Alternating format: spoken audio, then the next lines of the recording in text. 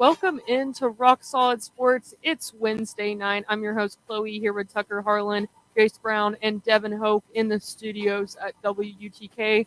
And we're so glad if you're tuning in to join us. And we have a lot planned tonight, discussing some basketball, some soccer even, and some more soccer, as we have a special interview, our weekly One Knox Wednesday interview with head coach Mark McKeever. First of all, how are you guys doing tonight on this fine Wednesday evening? I'm doing quite well, Chloe. Really happy to be back here, and it's getting to that point in summer where you're just looking forward to college football. Yeah, we're counting down the days, but I'm still very, very sunburnt from my afternoon excursion, so I'm dealing with that right now. Yeah, just having some summertime fun, of course. And yeah, obviously, I've been looking forward to college football for some time. I know Tucker's obviously been reading his magazine. I bought my college football magazine like a couple months ago, practically. So, yeah, definitely can't wait for the season. And yeah, but we've got lots of exciting stuff to talk about today, of course. For sure. You can't talk about college football enough. And that's why we've been kind of, coming up with, I guess, like prompts to talk about college football. Yeah. Of course, last week Tucker was at SEC Media Days, so he gave us some material for that. But another type of football we have to talk about right now, One Knox, they lost 3-2 to Chattanooga Red Wolves on Saturday, making that the 7th consecutive game in a row without a win for them. So they are in a little bit of, I don't want to say a rough patch, but a little bit of one right now, kind of a lower point in their season. They still have some time to go, though. I talked to Mark McKeever, their head coach, today, actually, a little bit earlier today, and we're going to give you a little bit of what he had to say. Actually, this is, all he had to say today. He takes the time every week to come talk to me and Dom. It was just me this week, but he talked to us about those past matches and what's to come for One Knox. So here's head coach Mark McKeever with One Knox SC. All right, we are joined here by One Knox SC head coach Mark McKeever. It is Wednesday, July 26th, and we are here to do our weekly One Knox Wednesday interview with him. And thanks, Coach, first of all, so much for joining us, as always, taking the time out of your week to come in and talk to us at WTK. Thank you for having me, as always. It's a pleasure. All right, no Dominic this week, just me. We'll get started. Dominic was, however, at the game on Saturday versus the Chattanooga Red Wolves. That one resulted in a 3-2 loss for you guys after the first half, as Dominic put it, was looking pretty good for you guys. And then some other things happened. Sean McKern went down for you guys. Just how did this game go for you guys? What are your thoughts from it? And what are your thoughts from Saturday against Chattanooga? Yep, again, another game where we should have picked up 3 points and we've lost it. We've outshot them, we've outpossessed them, we've not finished our chances, and then we've had weak moments defensively. When we were in complete control of the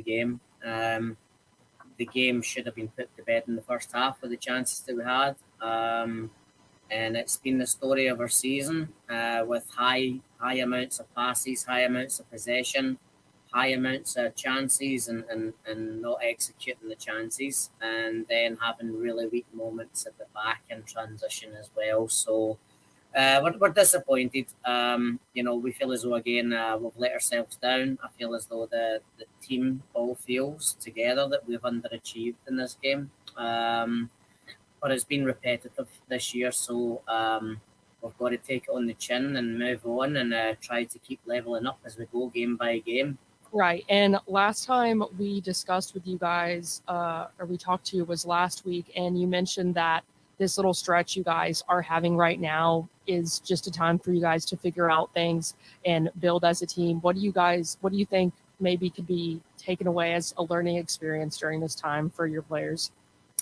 Yeah, I think that this was a very hazy moment. We've lost a lot of players in the heat of the action, in the thick of the action. It's game after game after game, and it's probably too much for any squad to manage. We're always playing teams in the back end of a 3-game week where they're having rested. So, we're playing. We're playing at a little bit of a disadvantage.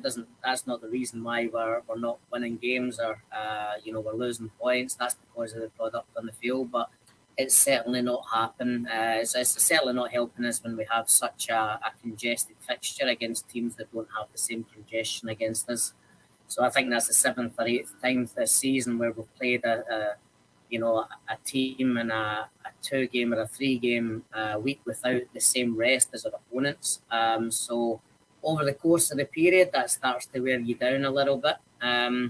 But again, that's not an excuse. I think, in terms of Chattanooga, we were in control of that one and probably could have and should have won it. So we hold ourselves accountable for that. And then, the late goal at Omaha, we've missed chances. And again, failed at the opposite end of the field immediately after. So I think the signs are there that it's a repetitive occurrence where we're not finishing our chances at one end and we're conceding really weak goals at the other end.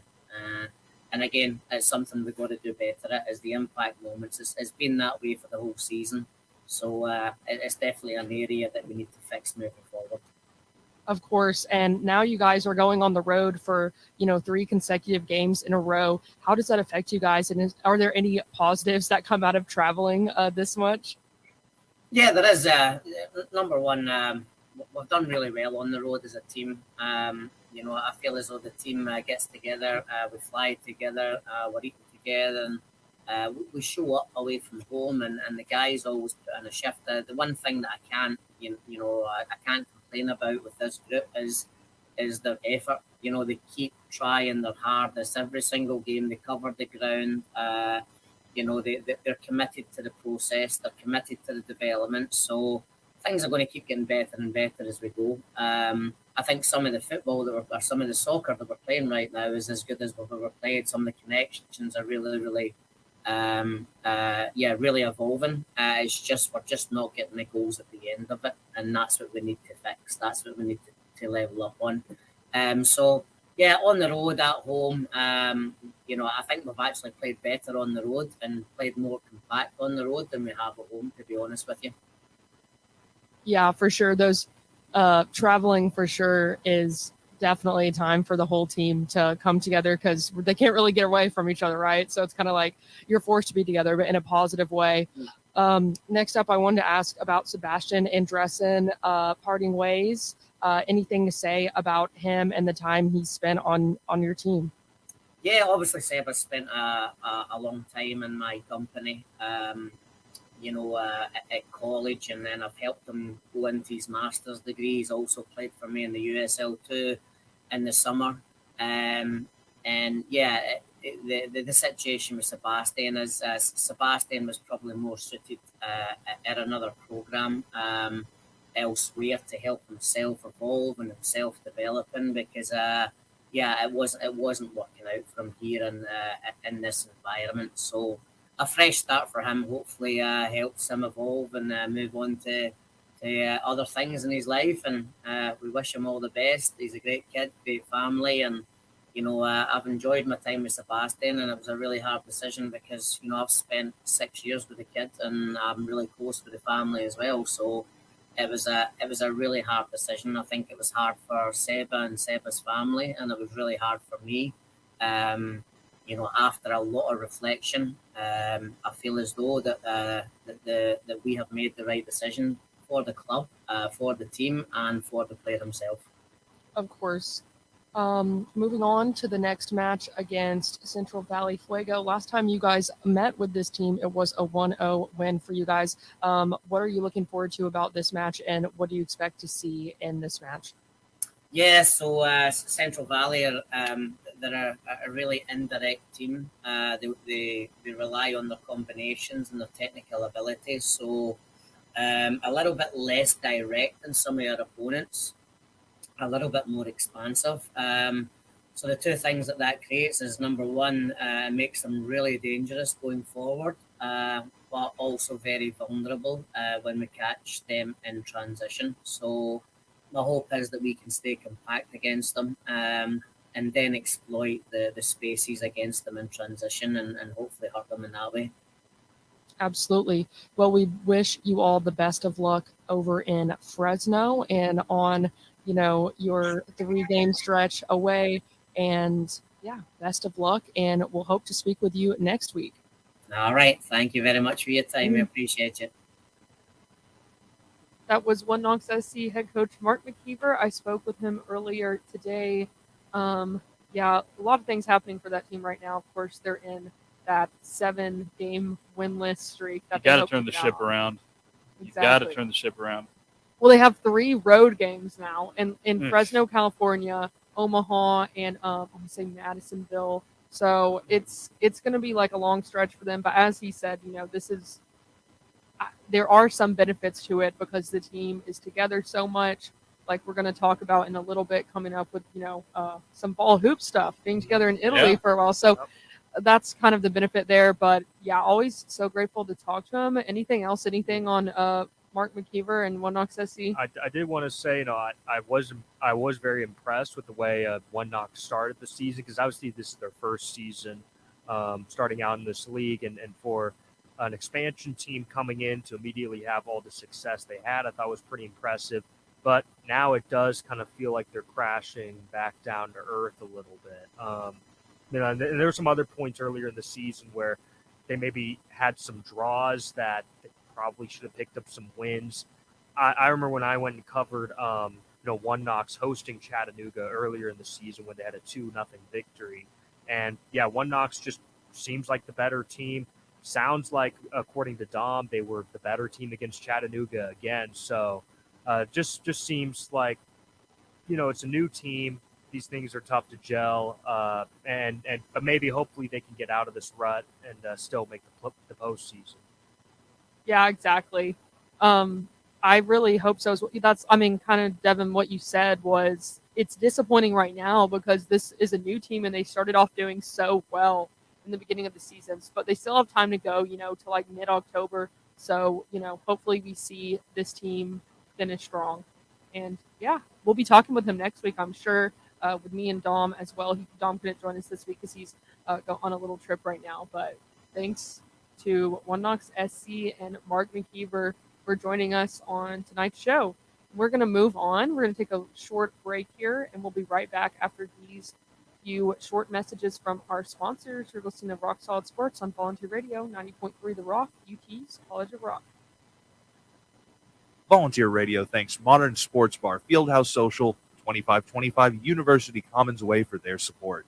American Craft Food, Beer and Cocktails, a 21-foot digital big screen TV, and plenty more TVs throughout the restaurant and a back patio. Open at 11 a.m. except Tuesdays at 4 p.m. FieldhouseSocial.com or their Facebook page. Fieldhouse Social proudly sponsors WUTK's Rock Solid Sports Monday Summer Show at 7 p.m. The Rock thanks Knoxville Ice Bears Southern Professional Hockey League team for their support. Their 2023-24 home ice season from October through April includes games with Fayetteville, Huntsville, Roanoke, and more at the Civic Coliseum downtown. Single game and season tickets at KnoxvilleIceBears.com. Rock Solid Sports features Ice Bears Wednesdays with news and updates. Volunteer Radio says, go Ice Bears! Volunteer Radio receives support from Tennessee Smokies Baseball, the AA Southern League affiliate of the Chicago Cubs, whose 2023 regular season schedule features 6-game homestands Tuesdays through Sundays at Smoky Stadium in Kodak. It's a 9-inning vacation. The next series takes place against the Chattanooga Lookouts Tuesday, August 1st through Sunday, August 6th. WUTK's Rock Solid Sports will keep you up to date with Smokies Baseball Mondays, Wednesdays, and Fridays at 7 p.m. The SmokiesBaseball.com, and a link is at WUTKRadio.com. Hey, we're the Aces, and you're listening to non-commercial, non-corporate college radio, WUTK 90.3 The Rock. The Rock thanks the One Knox Sporting Club soccer team for their support. One Knox plays all of their home matches at Regal Soccer Stadium on campus, and the season runs into October, with matches against Memphis, Chattanooga, Lexington, and more USL League One opponents. Tickets, including UT student tickets and game day info, is at oneknoxsc.com. And WUTK is proud to be a media partner with One Knox. Rock Solid Sports will be keeping up with One Knox soccer all season long. One Knox SC. We are one. Knoxville, be sure to tune in Wednesday nights from 8 until 10 p.m. for The Alternative, sponsored by Bliss and Corey Mason Shoes on Gate Street and in West Town Mall. and Bliss Home at the Gallery Shopping Center. Also sponsored by Boyd's Chicken Grill, bar and live music venue in the heart of Knoxville's Old City. The Alternative features 2 hours of the best in Americana music from the station who first brought Knoxville music by bands from back in the alt-country days, like the Jayhawks, Uncle Tupelo, Steve Earle, and Jason and the Scorchers, to 90s Americana like the V-Boys, Whiskey Town, Lucinda Williams, Sunvold, and others, to modern-day Americana musicians like Molly Tuttle, Tyler Childers, Casey Musgrave, Sturgill Simpson, Billy Strings, and the Punch Brothers. You'll also get classic Americana like Johnny Cash, the band, and Emmylou Harris, and there's always Patsy Cline at 9. Tune in Wednesday nights at 8 for The Alternative. Sponsored by Boyd's Chicken Grill, Bliss Home, and Torrey Mason Shoes, and only on 90.3 The Rock, UT's College of Rock. WUTK thanks the UT Athletic Department for their support. The 2023 football Vols will play home games in Neyland Stadium against SEC rivals Georgia, Texas A&M, South Carolina, and others. allvols.com for info, and single game tickets are now on sale. UT student ticket info is at bigorangetics.utk.edu. 90.3 The Rock says, go Vols. Volunteer Radio receives support from Tennessee Smokies Baseball, the AA Southern League affiliate of the Chicago Cubs, whose 2023 regular season schedule features 6-game homestands Tuesdays through Sundays at nearby Smoky Stadium in Kodak against the Chattanooga Lookouts, Mississippi Braves, Birmingham Barons, and more. WUTK's Rock Solid Sports covers Smokies baseball all season long. SmokiesBaseball.com. Link up at WUTKRadio.com.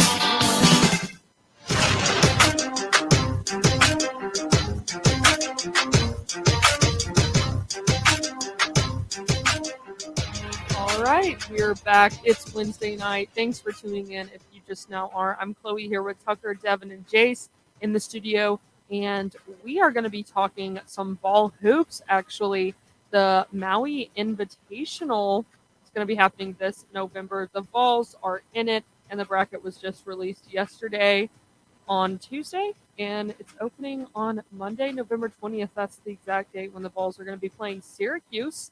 Big news. Let's see.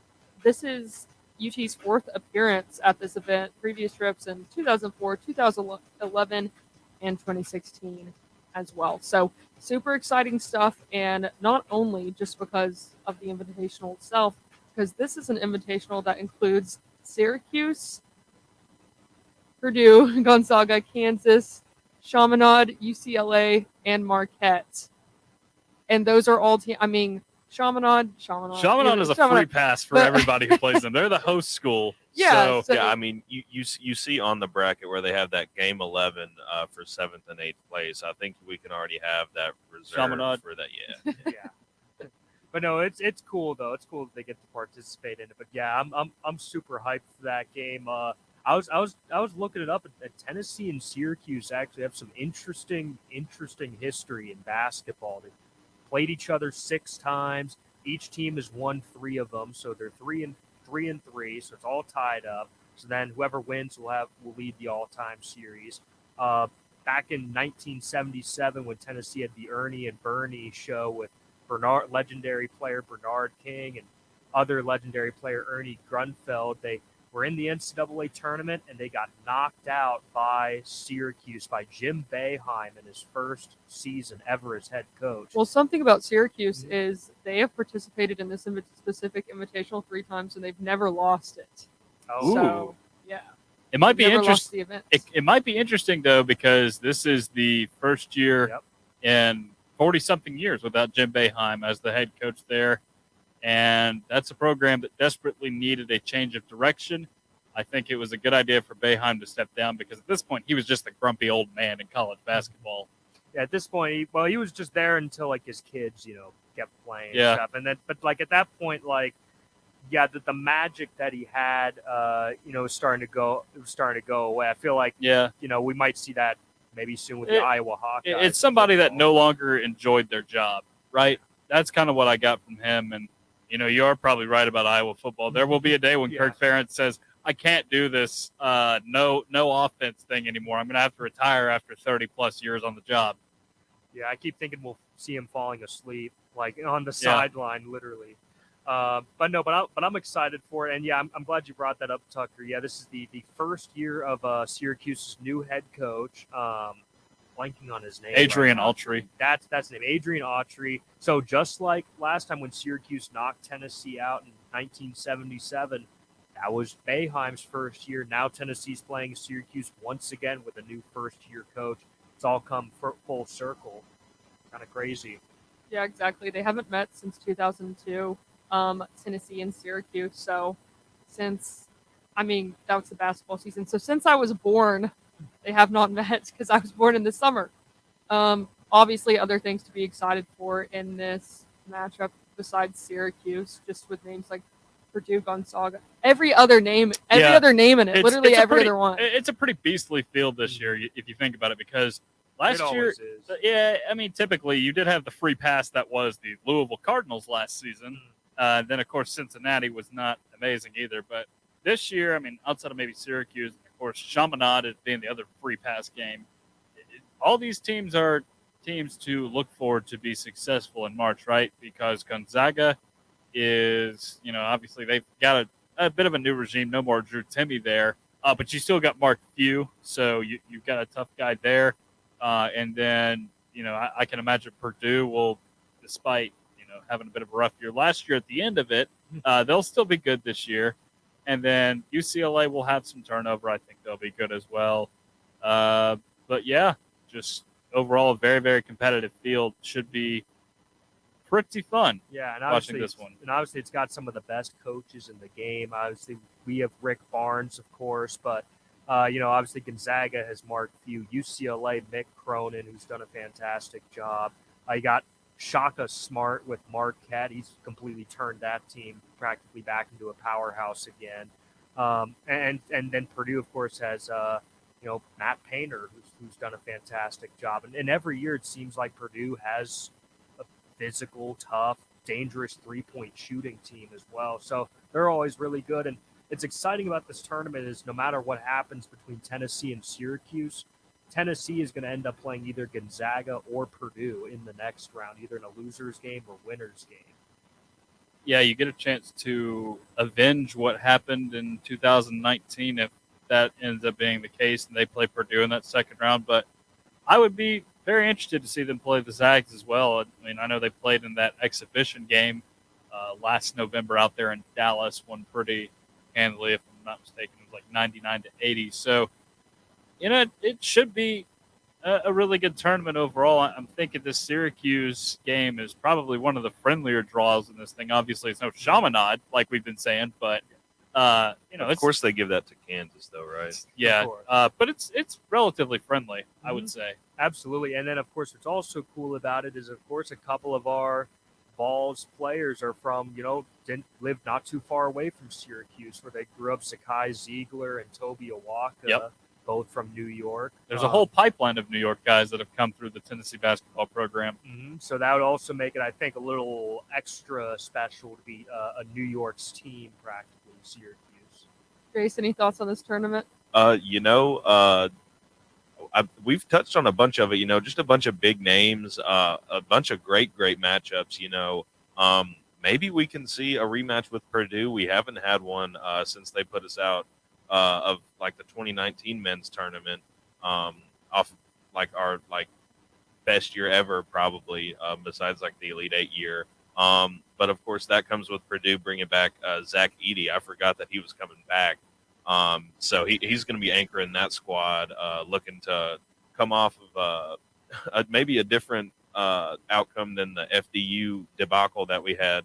Don't worry, Jace. Don't worry, Jace. They'll lose to another double-digit seed in the tournament. They've done it each of the last 4 or 5 years. At this point, yeah, but I think Purdue. It's just across the board. They've got our number. Of course, we saw the football. We've seen it in basketball. It's just they're the team that's just staunch against us. I just don't understand how we can't just get over the Purdue hump. It's not like they're like an incredible crazy unbeatable team. We saw a 16 seed beat them last year. Yeah, which one of the two schools has more resources, more money, more talent? It's us every single time. Yet, you're right. Purdue just seems to beat us. Even in volleyball, I heard.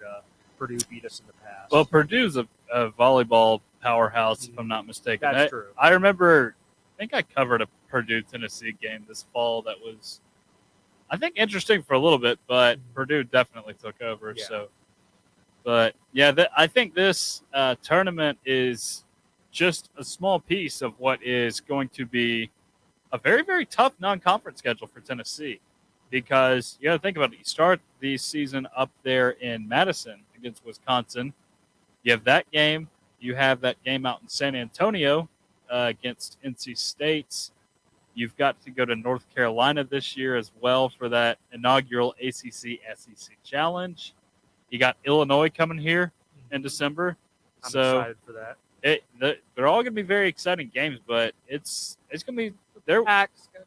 yeah, it's a packed schedule, and you are going to learn a lot about this team very early on, as opposed to last year. I feel like Tennessee really didn't play as tough of a non-conference schedule last year. Yeah, and then we got some tough losses. Just like, of course, we saw a couple home losses last year, which we didn't see at all in the I believe the 2022 campaign, 2021-22 campaign. Now, granted, they were against good teams, and one of them was an absolute miracle.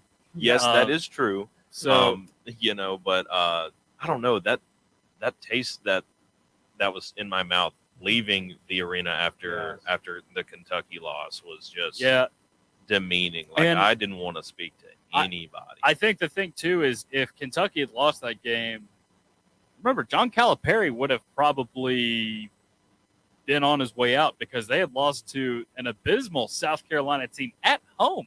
Earlier that and week. I mean we were seeing like signs in the crowd of maybe him following up Chris Beard out in Texas. You know, they thought they were going to throw him a crazy bag of cash. Yeah, exactly. Yeah, Kentucky was going through a rough stretch. So sadly, that game against Tennessee literally saved Kentucky's season. I mean, that they might not have made the tournament. Oh no, if Tennessee had won that game. Definitely not. Instead, they end up with a solid year. I mean, we still make it farther than that, thank goodness. But they beat us twice, though. They did. But I'm really excited for Syracuse, obviously for all the reasons we just discussed with the history, but also because of the whole orange thing. You're like the only schools that are so that are so orangey. I mean, of course, their actual mascot is a literal orange. Yes, so a literal I guess orange. they do have. I mean, I'm more their partial for it. like entire their nickname is the orange. Like they're a color. They are you know? the orange. So They are. Yeah, They might have us beat in that category only, just the name wise, of representing orange. But I think we might have them in everything else. Yeah, absolutely. I think it's going to be a really good matchup, and obviously, and then the tournament as a whole, there's a strong chance that Kansas, let's just say they move on, right, and then there's a strong chance that Kansas will play UCLA. That's obviously a blue bloods matchup that'll be really exciting to see. So, yeah, just incredible schedule. It almost reminds me a little bit, still not quite as tough, but very similar to the Lady Vols' really tough basketball schedule, in their season as well. Definitely not quite as tough. Yeah, as that one was a bloodbath. Yeah, that was far more extreme. But this is still very interesting. Definitely more interesting than last year. I agree with that. That Illinois home game, that's going to be really rocking. Or orange. Exactly, more orange and blue. It's crazy. Yeah. The Illini. I mean, Brad Underwood is a great coach, so they always turn out good teams. Yeah, I think this tournament is far more loaded than what we saw down there in Atlanta last year because you obviously had Kansas on the other side of the bracket. But, I mean, aside from an NC State team that we really didn't know a whole lot about until the season got going into conference play, and then a decent USC team that really didn't have much exciting about it, that was kind of a weak tournament. I mean, BYU, Butler, Dayton. Yeah. Not really all that strong. A couple teams. former Wisconsin. big names, like teams that we've seen do well in postseason runs, but like you said, like this one definitely top to bottom a little more stacked. I was wondering who you guys think comes out of each side of that bracket, and maybe who do you think comes out on top of this whole tournament? Oh man, I'm gonna say Kansas gets by their sides. I'm gonna say Kansas wins their side of the bracket. I'm gonna say I don't know. I'm gonna say we get out of our side of the bracket. I say Kansas versus Tennessee rematch from Bad Boy Mowers Championship, and then from that point, I don't know. I'd probably be leaning towards Kansas to win, honestly. But I think it'd be very close, though. Very close and competitive. I am definitely liking Kansas to come out on that side. I can't ever read Marquette. I just can't. I know they had a good season last year, and then, of course, they got into the tournament but lost in the round of 32. But that's just such a hard team to gauge year after year because it feels like, some years you have years like they did last year where they're really good, but sometimes they're just not relevant. I don't think this is going to be a year where they're not relevant, but I just have a hard time seeing them get through Kansas. And then UCLA has some pretty serious rebuilding to do. So I definitely think Kansas will come out on that side. The top side of the bracket is interesting. I think Purdue and Gonzaga, I believe, played last year in one of the Phil Knights. And I believe Purdue won that tournament pretty handily.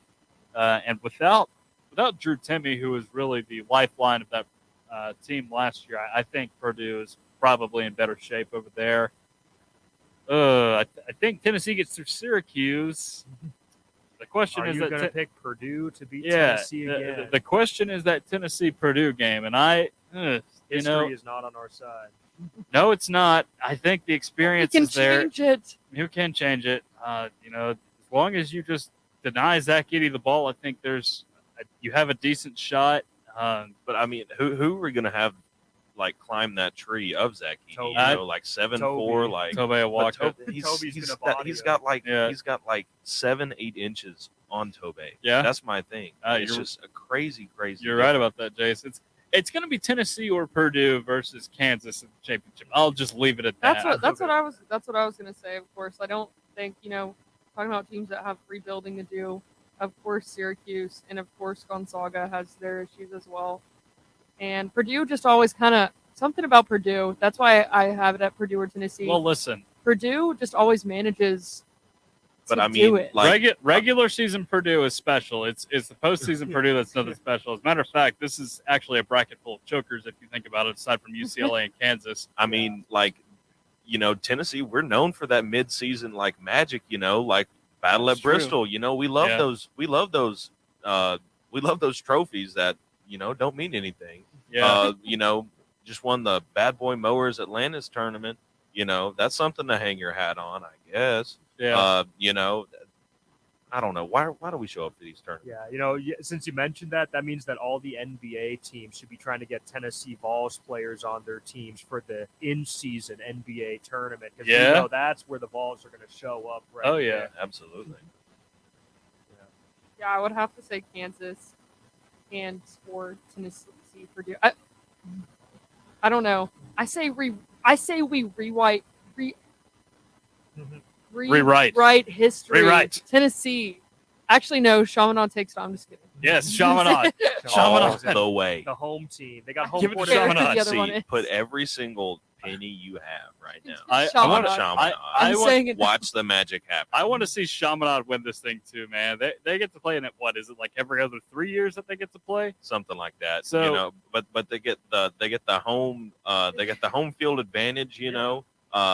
For the entire tournament, it says on here, Chaminade is always the home team. For whatever Chaminade. game they're Their mascot is the Silver Swords. Chaminade Yes. comes out beating Kansas. I'll be satisfied. Yes, Oh, I'll be amazed. Chaminade takes down A Jayhawk will take a Kansas. silver sword to the face and Silver lose. Swords over the Jayhawks, over the Bruins, and then Oh, you man. know what? Over the Boilermakers. That might be my new They're favorite. on the way. That might be my new favorite college mascot, aside from It's cool. The Fighting Okra. Purple Aces, Evansville Purple Aces, or the Delta State Fighting Okra, or whatever they are. Yeah, that's a great one. There's also the wheat stalk as well. I don't know that one. I hate that one. I mean, The it's Shockers, more boring no. than the okra. Utah State. which- I know Loyola Marymount has a mascot called Iggy the Lion. Well, it's a lion. That's Ignatius, I suppose. Saint I Ignatius. know. UC Santa Barbara has some The banana Gauchos. slug or something, or there's another one, not the Gauchos. Oh, no, there's no, it's Santa Cruz. Santa Cruz. Yeah, it is right? UC Santa Cruz, the banana slugs. yeah. There's a boll weevil one too. I Yeah. forget what school that is. I mean, it's Cali. You know what do you expect? Exactly. Yeah, This they is get true. bizarre out there. Yeah, I'm will fine say- with it. I mean, I can legitimately see Chaminade with an upset, winning at least one game because But they we've have seen. to be Kansas. Yeah. Yeah, but Or we've- UCLA I've- or Marquette or I've- anybody on our side of it. I've seen crazy, but I remember when like Evansville beat Kentucky. That The one Purple time. Aces, Yep, the Purple Aces beat Kentucky. Stephen F. Austin beat Duke. the recently. Lumberjacks. Yep, they beat Duke when Coach K was still there. You know, funny so- thing, Devin, that was both in the same year. Yep, that's That- true. Because That's crazy. you got to think about it. That was the 19 and 20 season. You had no idea who was going to come out on top that year. That was going to be the craziest tournament. Dayton was going to be a number one seed in that tournament. The Dayton Flyers, they Yep. were going to be number one, and they but we got it. didn't get it. Yep. Ah, man, that would have been one of the best tournaments ever, and we were just robbed of it. Yeah, Kansas would have been really good in that tournament. They were a 1 seed. Now- so, I think for Tennessee's sake, you're happy that tournament didn't happen because they're probably not getting in. So No, their they didn't tournament get in. streak stays alive just because that tournament didn't happen. Aren't we tied for like one of the longest tournament streaks right now? Like we've got like They're up 5 there. or 6 in a row. I think that's like tied for second or something like that with Purdue or something. North Carolina had a long streak, but Hubert Davis decided to end it. Hubert. Yeah, I think there was a lot of. Sorry, I think there was a lot. This day, I don't know, Hubert. I don't know. Yeah. Dominic We Dominic know, claims we he know. is the best coach in college basketball. Dominic, if you're listening, Just because he made it one time, like yeah. he got hot at the right time. We his haven't first made it, year. you know. yeah, That's true. well, yes. Dominic claims that Hubert Davis is the best coach in college basketball right now, or did claim it. I think he still does claim it. He's got to own that take. We're not going to let him forget it. Yeah, I mean, this is going to be it. Well, we'll see. I mean, Tennessee, they've already blown out Hubert Davis's North Carolina squad Yeah. once before, but not in Chapel Hill. Yeah, that's Not the in Chapel kicker. Hill. You got to go to the Dean Yeah, Dome and that's win a it. lot harder. They Yeah. are. Yep. And choose. Yeah, they will be there for that. We're also going to Italy, July Yeah, 31st. Wait, Going to was Italy. it 31st? it is the third. Yes, Thursday. July 31st. What do you guys think about them going over there and playing, with some Italian teams?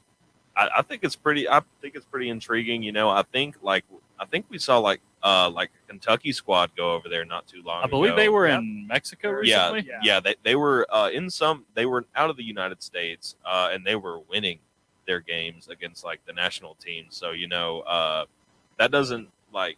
I'm not sure if that'll translate over to like going to like the European circuit. Yeah. Seeing what happens over there. But I think it brings, of course, it's more of like a college basketball style. You can be a little bit more physical. You can get away with a little bit more. So I think it's pretty good for preparing these guys for maybe anything that's just thrown their way this season. I think it's a really good opportunity. I think it's great because, Kentucky, they've been doing this for the last several years. They've been going over to different countries and playing them. And so I'm glad we're doing something like this because it's like, hey, it seems to You be could end helping up a little here. bit. Yeah, as well. Yeah. exactly. And you never know what kind of Italian players you might see over there, too, that Rick Barnes might go, like some young guys that Barnes might go, or somebody on his staff might see and say, hey, we'll come to University of Tennessee. We'll give you a scholarship. You never know. I mean, Italy's kind of, growing in their basketball presence. So you never know what kind of talent you might see when you go over there as well. So to me, it's all beneficial, anything you can do like that. Yeah, I think this is good for recruiting. I know there's a couple other schools that do this. Obviously, we mentioned Kentucky. Auburn, if I'm not mistaken, was on a trip to Israel last year. I think it was Israel. They were over there. Just playing the teams. I think it is good for recruiting because we know Tennessee, at least under Rick Barnes, is at a very strong Euro pipeline. I don't know what the competition level is like. I mean, it could just be the American in me saying this, but a lot of these games they're not so close because these American colleges that go over there they win big because the talent, there's somewhat of a disparity in the talent. But like you're saying, it is good to find guys if they are out there that are good, and you maybe want them in your program because that's what Tennessee has done with a number of players now out of the continent of Europe. Yep, And- and the other good thing about Italy is the food. You get to go there. I mean, Rick Barnes gets Especially to eat a the lot bread. of bread. Yeah. That was so funny. I went to the press conference yesterday, and I went to one the week before when we talked to Coach Gainey about it. And he said, "Oh, I'm most looking forward to the pizza." And Rick Burns' answer yesterday was bread. Yeah, he's going to get the spread. I would not be looking forward to either one of those things, to be honest with you. I would say pasta. Well, maybe the bread. Pasta would definitely be up there. I think the bread is good. Don't get me wrong. It's all good. The pizza is definitely good, but I just feel like there are better dishes you could have in Italy, like maybe something like, I don't know, like veal or something. Yeah, like a veal parmesan, unless that's one of those Americanized dishes out there, like what we've done with Mexican food and turned it into something that is just definitely not Mexican. But, I think there would definitely be some great stuff to eat in Italy. The gelato. Why not the gelato? Gelato is so good. Tiramisu. Especially it's still summertime, so perfect. Yeah. No, the gelato is very good. But yeah, this is kind of something back to the Italy and team building, whatnot. I was talking about this with Coach McKeever earlier. He was talking about the benefits of being on the road, and it was like this similar thing. Like when you're on the road, or especially like abroad, the team is, forced to be together in a good way. And that's good, especially for, all these like new players that have come in that they've been having press conferences with and stuff like that. I know they're all really excited. So should be a good time. I'm excited for them. Italy's great. Yeah. Very great. I've never been. I would chime in. Venice is good. Rome overrated. I honestly think someday, because I know that Notre Dame and Navy, of course, they're going to play in Ireland like this upcoming season. I really want there to be a football game in the Roman Coliseum. We got to make it happen. It's going to happen big someday. Enough? Is it big enough? It's That's the thing. Big enough, but there's like they've held track of that. I mean, you'd have to like put a floor on it. You know what I mean? Yeah, you'd have to space it out. Like I think either a football game. Honestly, no. Yeah, there wouldn't be would be epic. It's not very big as far as like there'd be I don't think there'd be a very good opportunity for like spectators. Maybe a basketball game then perhaps. Like as far as seating.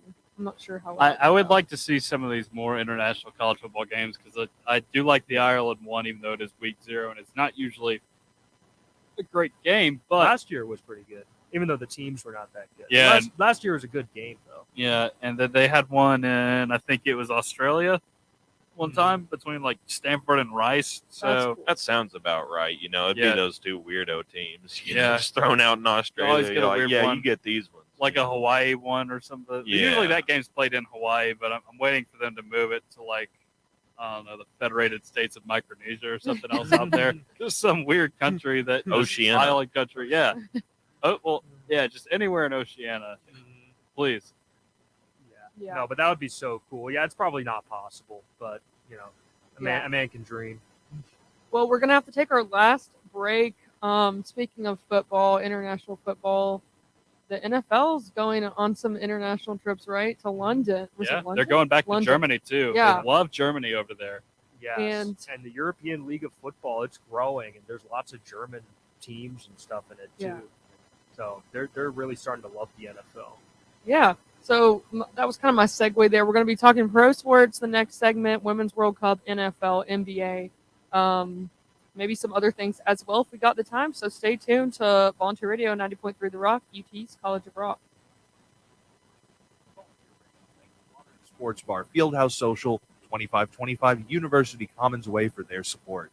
American Craft Food, Beer and Cocktails, a 21-foot digital big screen TV, and plenty more TVs throughout the restaurant and a back patio. Open at 11 a.m. except Tuesdays at 4 p.m. FieldhouseSocial.com or their Facebook page. Fieldhouse Social proudly sponsors WUTK's Rock Solid Sports Monday Summer Show at 7 p.m. Volunteer Radio receives support from Tennessee Smokies Baseball, the AA Southern League affiliate of the Chicago Cubs, whose 2023 regular season schedule features 6-game homestands Tuesdays through Sundays at nearby Smoky Stadium in Kodak against the Chattanooga Lookouts, Mississippi Braves, Birmingham Barons, and more. WUTK's Rock Solid Sports covers Smokies baseball all season long. SmokiesBaseball.com. Link up at WUTKRadio.com. The Rock thanks the One Knox Sporting Club USL League One soccer team for their support.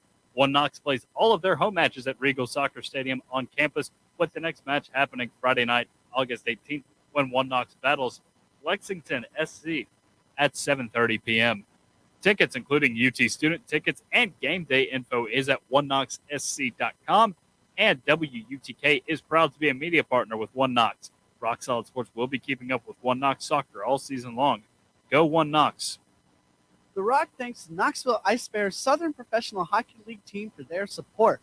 Their 2023-24 home ice season from October through April includes games with Fayetteville, Huntsville, Roanoke, and more at the Civic Coliseum downtown. Single game and season tickets at KnoxvilleIceBears.com.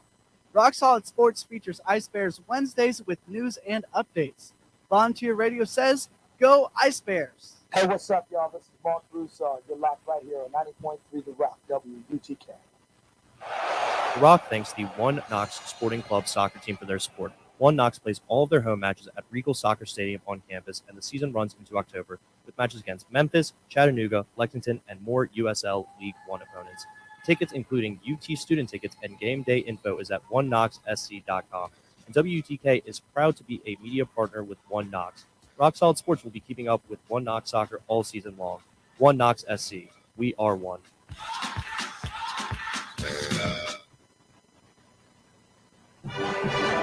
.3 The Rock thanks the UT Athletic Department for their support. The 2023 football Vols will play home games at Neyland Stadium against SEC rivals South Carolina, Georgia, Texas A&M, and others. Allvols.com for info, with a link at WUTKradio.com. UT student ticket info is at bigorangetics.utk.edu. 90.3 The Rock says, go Vols! Knoxville, be sure to tune in Wednesday nights from 8 until 10 p.m. for The Alternative, sponsored by Bliss and Corey Mason Shoes on Gate Street and at West Town Mall. And Bliss Home at the Gallery Shopping Center, also sponsored by Boyd's Chicken Grill Bar and Live Music Venue in the heart of Knoxville's Old City. The Alternative features 2 hours of the best in Americana music from the station who first brought Knoxville music by bands from back in the alt-country days, like the Jayhawks, Uncle Tupelo, Steve Earle, and Jason and the Scorchers, to 90s Americana like the V-Boys, Whiskey Town, Lucinda Williams, Sunvold, and others, to modern-day Americana musicians like Molly Tuttle, Tyler Childers, Casey Musgrave, Sturgill Simpson, Billy Strings, and the Punch Brothers. You'll also get classic Americana like Johnny Cash, the band, and Emmylou Harris, and there's always Patsy Cline at 9. Tune in Wednesday nights at 8 for The Alternative. Sponsored by Boyd's Chicken Grill, Bliss Home, and Corey Mason Shoes, and only on 90.3 The Rock, UT's College of Rock.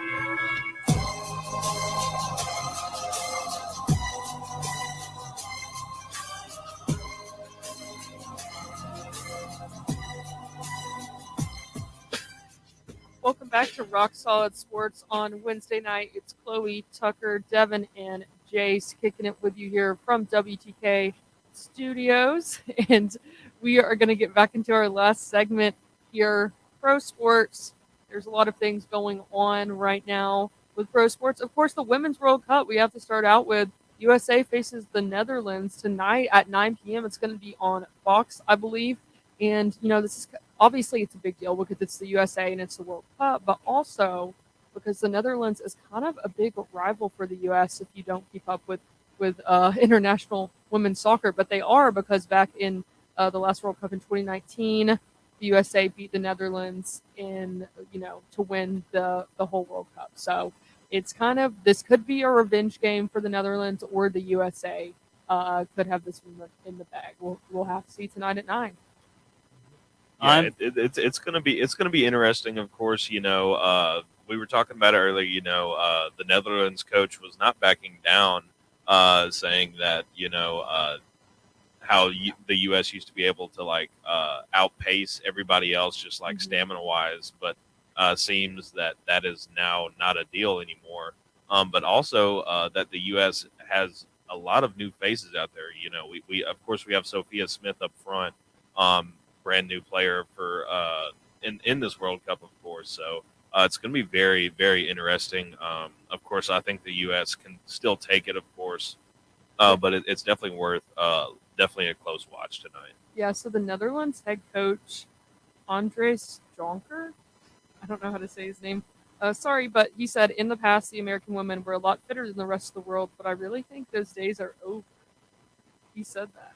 So kind of Yeah, recently. He's talking smack. There, Yeah. he's like, but I kind of like it. I think I kind of like when there's like trash talk. He like, knows back and that forth. he knows that Megan Rapinoe is on her last straw now. She's about to retire. So it's like, oh, they're aging. Yeah, But I mean, she's coming off the bench like right now, anyways. Yeah. I mean, it's not like I wonder if he knows that. If he's thinking about that might be an outlet, but it's like, oh, she's coming in with like 20 minutes left yeah, and instead of course, of like starting and playing the whole game. yeah, of course we've got like our veterans, our leaders, our older players. But as you said, like with Sophia there, we've got younger players that are on the come up that are now taking on bigger roles. So to me, I mean, the U.S. women's team, they don't really rebuild; they just reload. They're so good, they're so deep. To me, the Netherlands, there's obviously don't want to take them lightly. They're still a very good team, but I still think they're probably not even the biggest threat in this tournament to the U.S. Yeah, I'm not sure who I would say the biggest threat would be right now, but I mean, the Netherlands, we were talking about Vietnam before that match the other day. The Netherlands are definitely a bigger threat than Vietnam for Yes. sure. That's kind of what I'm worried about, because I mean, like, if you watch that match against Vietnam, 3-0 win. of course 3-0 win, but it was kind of sloppy from what I saw, and the Vietnam goalkeeper had the match of her life. I mean, like, stopping Alex Morgan on a penalty kick, like that never happens at the impressive. World Cup. Guys, Stopped that and then like just played a incredible game. Of course it was 3-0, but like, props to her, and hopefully we can get that sorted out before the game tonight. I have some breaking news that we need to get into. Is it the recruit? No, Colorado is leaving the Pac-12 officially to return to the Big 12 in 2024. Wow. There have been talks that they would make a move earlier today. Now it's set. It looks like they will receive the full Big 12 share from ESPN and the Fox Media deal. And they left because of Big 12 stability and the Pac-12's uncertainty. Gee, so even Colorado's like, well, even with all the instability going on in the Big 12, they're like, hey, that's still better than the Pac-12. That is rough. Well, yeah. the Big 12 is at least bringing in a few fresh faces, right? They've got Houston, BYU, UCF, and Cincinnati all coming in this year. And so yeah. they're going to bring in Colorado, and they're probably going to have to bring in somebody else just to keep it all even. Mhm. But it's interesting to see this thing play out. I don't think that Colorado was as valuable to the Pac-12 as, say, USC and UCLA were, just from a brand standpoint. And I think for sure. there are still more important players, right? Like Oregon, Washington, even Yeah. Stanford in the Pac-12 that are just more important at this point in time. Mhm. But it is showing, just kind of a lack of trust in the Pac-12 now. That and Dion, big Mhm. time. and you couldn't get the TV deal done. Yep. It- I don't know why the Pac-12 is so screwing Yeah. around. I mean, they're doing They're this dying. to themselves. They're And really dying. It's sad because the Pac-12, 20, 30 years ago used to be incredible, used to be really competitive. Obviously, USC has some of the greatest teams of all time. Washington in 1990 won a national championship. They used to have like incredible teams. And so, but they've done this to themselves. They really have. They've the SEC, they really started taking things seriously. They start putting a lot of money behind it. The Pac-12, they just lost focus. No. They fell behind. It's sad, but they did that to themselves. It's everything's changing right now. And I know Colorado was originally in the Big 12, right? Yeah. So I think they're more of a fit there than they are in the Pac-12. I mean, aside from Utah, I don't think they're in kind of a weird in-between spot, right? Because they're further west than a lot of those Pac or Big 12 teams, but they're a little far east for a lot of the Pac-12. But as you said, but the Big 12 added BYU, so it's like it doesn't really matter. And of course, the Big 12 added UCF, which is way out east, like not even. And West Virginia's already been. West Virginia has never been a fit, so they are now stretching from. They're just all over the place. Almost coast Utah? to coast. Almost. They are like stretching from borderline. Utah to West Virginia, or no, Crazy. Florida, South Yeah. Florida now. So, Taking well, people all over. Well, they still haven't done the full coast to coast. Only the Big Ten has done that now with Rutgers and Soon to be either one. UCLA, USC. Yeah, one of the two Pac-12 teams they're getting. Take your pick. But yeah, just bizarre to see this restructuring going on, and primetime is only going to have 1 year in the Pac-12, which is crazy to think about. And the rumor I heard today was that it would either be Arizona or maybe UConn that would be considering joining the Big 12. UConn? And here's the thing: it would be great. It'd be awesome for basketball if they did. Yeah. But if they join for football, that program will never be relevant again. Like it isn't. When is it ever relevant? UConn and Kansas, they will be the perennial toilet bowl. I mean, Those Kansas two had a things. good year Not even last year. Kansas, I was going to Kansas say. was good. That's true. Yeah. Kansas was not Kansas bad last is year. They were 6. They finished 6 and 7. They started great. Yeah. But typically speaking, Kansas is at the bottom of this Yeah, of conference. Same course. thing with Iowa State. So Yes. Honestly, though, I think Kansas right now is better than a lot of the teams. Not Yeah. most. They're still in the bottom half, in my opinion, but they're better than like Cincinnati coming Yeah, in right now. I would agree with 'Cause that. Cincinnati's just like off. They got to rebuild. They got Sack coming in and Yeah. just completely new. But cast of yeah, characters. interesting. Yeah, Colorado, they used to have these great rivalries with Missouri and Oklahoma and Texas. Nebraska. You know, Nebraska, Man, obviously it's Nebraska. so sad. But Yeah. they can't even have any of those. Poor 'cause all those Nebraska. are- Ever since they left the Big 12, they've just been so irrelevant. Yep. Just coach after Will coach. they ever get over that hump again? do you think? Matt Rule would be the guy to do it of He's a all good, people. he's a great college. Yeah. coach.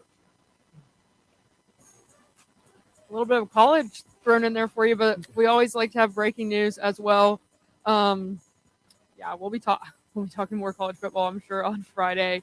Any other breaking news? It's always super fun. Thanks for tuning in to Wednesday night's Rock Solid Sports. We'll be live again on Friday at 7 p.m. sharp, so be sure to tune in then as well. From Chloe, Tucker, Devin, Jace, thanks for tuning in. And The Alternative is up next on Volunteer Radio, 90.3 The Rock. Rockin' ears for 41 years.